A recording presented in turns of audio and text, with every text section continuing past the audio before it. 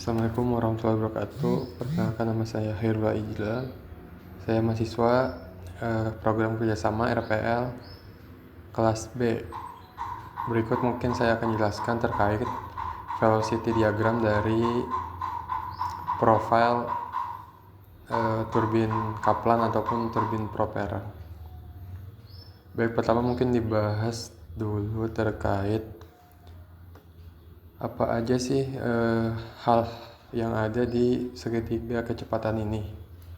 Pertama ada kecepatan absolut atau biasanya ditandai dengan V.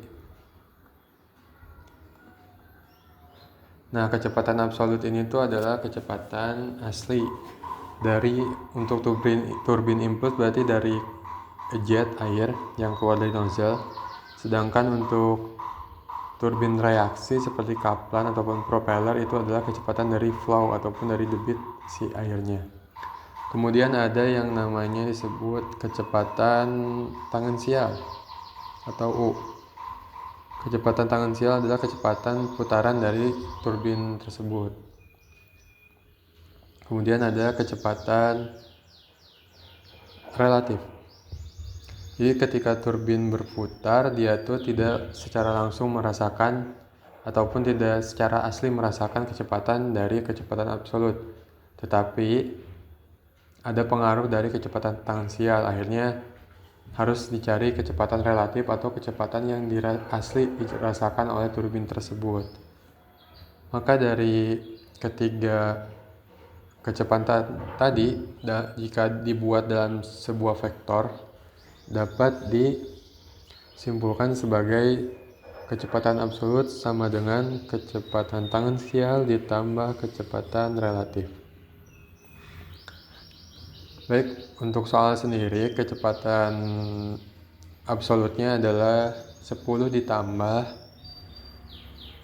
nomor akhir NIM dibagi 10. NIM saya 39, sehingga kecepatan absolut dari soal ini adalah 13,9 meter per second. Selanjutnya U, kecepatan tangensialnya sebesar 25 meter per second. Maka dari dua kecepatan ini harus dicari kecepatan W ataupun kecepatan relatifnya. Di soal sendiri disebutkan juga, diketahui bahwa kecepatan absolut memiliki sudut alfa sebesar 15 derajat. Kemudian sudut U, kecepatan tangensial memiliki sudut 90 derajat ataupun tegak lurus terhadap sumbu aksialnya. Kemudian di akhir, di outlet, ada sudut kecepatan relatif sebesar 120 derajat. Dari hal-hal yang diketahui ini, kita akan coba untuk menghitung kecepatan relatif. Oke, dilanjut. Nah, mungkin tadi di awal disebut bahwa V itu adalah kecepatan tangensial ditambah kecepatan relatif. Tapi itu berfungsi ketika kecepatan relatif dan kecepatan absolut dan kecepatan tangensialnya searah ataupun sejajar. Nah, tetapi di soal bisa dilihat bahwa kecepatan absolut dan kecepatan relatifnya itu tidak sejajar, sehingga harus diturunkan si persamaan vektor ini, harus diturunkan bisa menggunakan trigonometri. Untuk jikalau disingkat, mungkin W dapat dicari dengan W sama dengan akar dari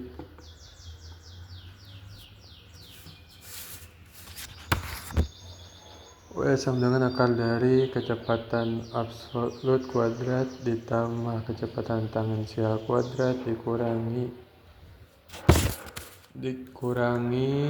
2 kali kecepatan absolut kali kecepatan tangensial dikali cos alfa.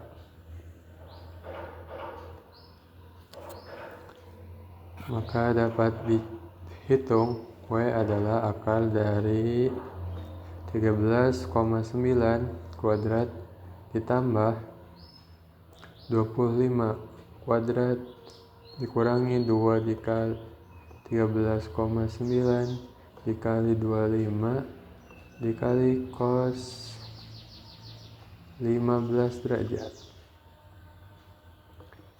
Baik, akan dihitung terlebih dahulu hasilnya berapa.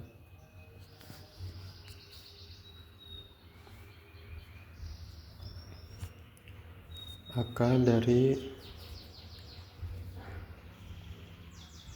13,9 kuadrat ditambah 25 kuadrat dikurangi 2 dikali 13,9 dikali 25 dikali cos 15. Dari persamaan ini dihasilkan kecepatan relatif yaitu 36,69 meter per second.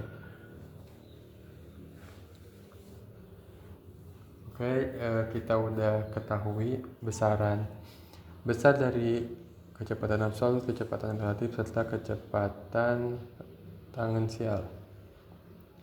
Mungkin saya tuliskan di sini untuk kecepatan relatif W sama dengan 36,69.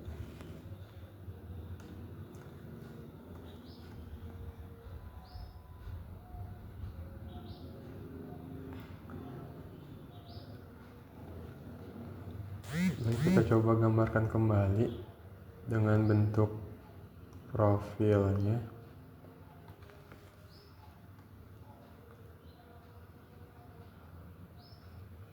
Ya, mungkin ini bentuk profil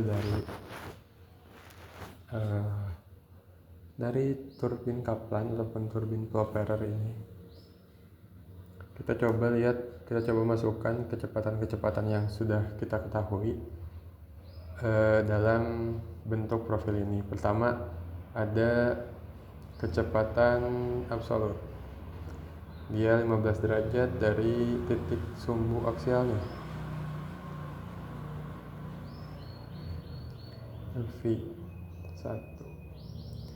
Kemudian ada kecepatan tangensial. Dia tuh tegak lurus terhadap sumbu aksialnya, didapat ini adalah U. Setelah dihitung didapatlah W ataupun kecepatan relatif. Nah, kecepatan relatif ini sebenarnya dia tuh memiliki sudut tersendiri yang bisa dihitung, tetapi secara dalam perancangannya arah ataupun bentuk sudu dan arah aliran air itu harus mengikuti kecepatan relatif, sehingga jikalau dilihat dari soal, arah kecepatan relatif itu adalah 120 derajat. Jadi arahnya ke sebelah sini.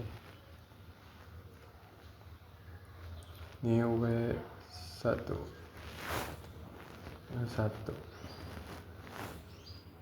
Jadi segitiga kecepatan untuk profil dari turbin ini adalah V1 15 derajat, kemudian ada U1 tegak lurus terhadap sumbu aksial, kemudian selanjutnya ada W1 yaitu arahnya 120 derajat dari sumbu aksial. Oke, dilanjut. Maka pergerakan air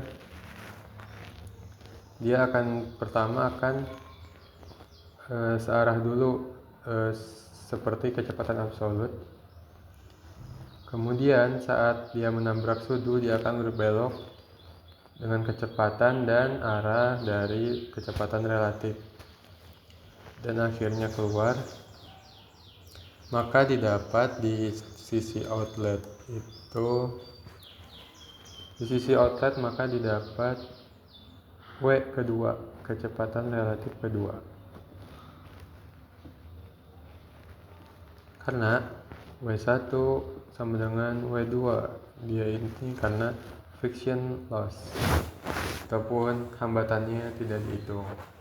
Tetapi di aktualnya pasti ada hambatan ataupun gesekan dari sudutnya, sehingga ini adalah kondisi ideal tanpa adanya friction loss.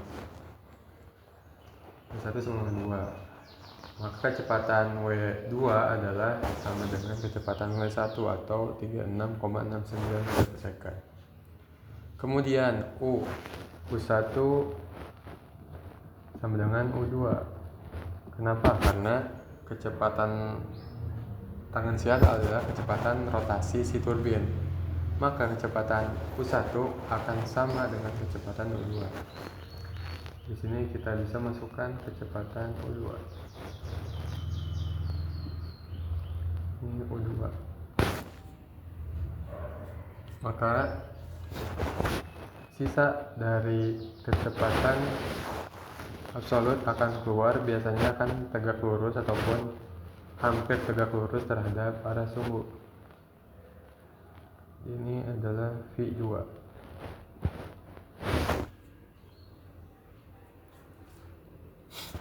Sebenarnya ada beberapa persamaan yang bisa dihitung juga untuk melihat nilai-nilai dari V2 ataupun W2 ketika dia memiliki friction loss. Tapi karena memang tidak diminta, mungkin kecepatan V2 ini kita tidak usah hitung.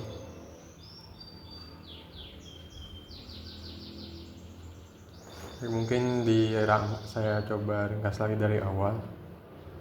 Pertama ada kecepatan masuk, kecepatan absolut, yaitu V1 sebesar 13,9 meter per second. Kemudian ada kecepatan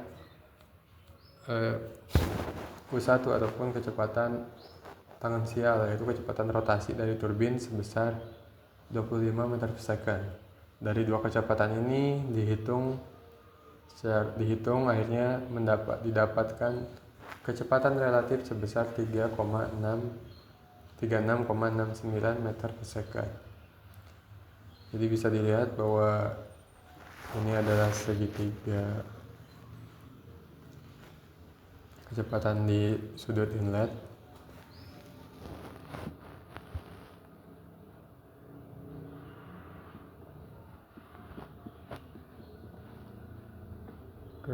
Kecepatan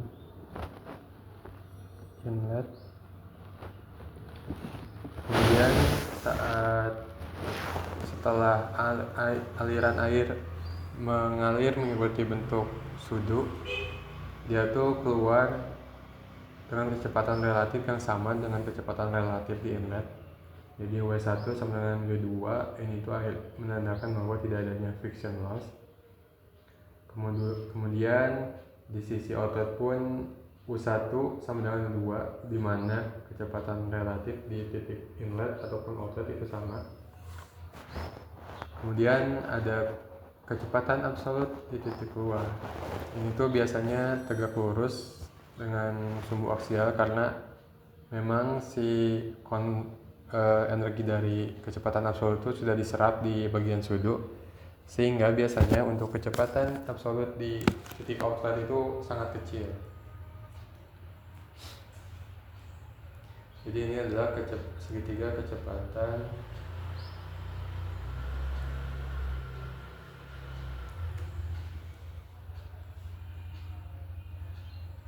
itu. Ini segitiga kecepatan outlet.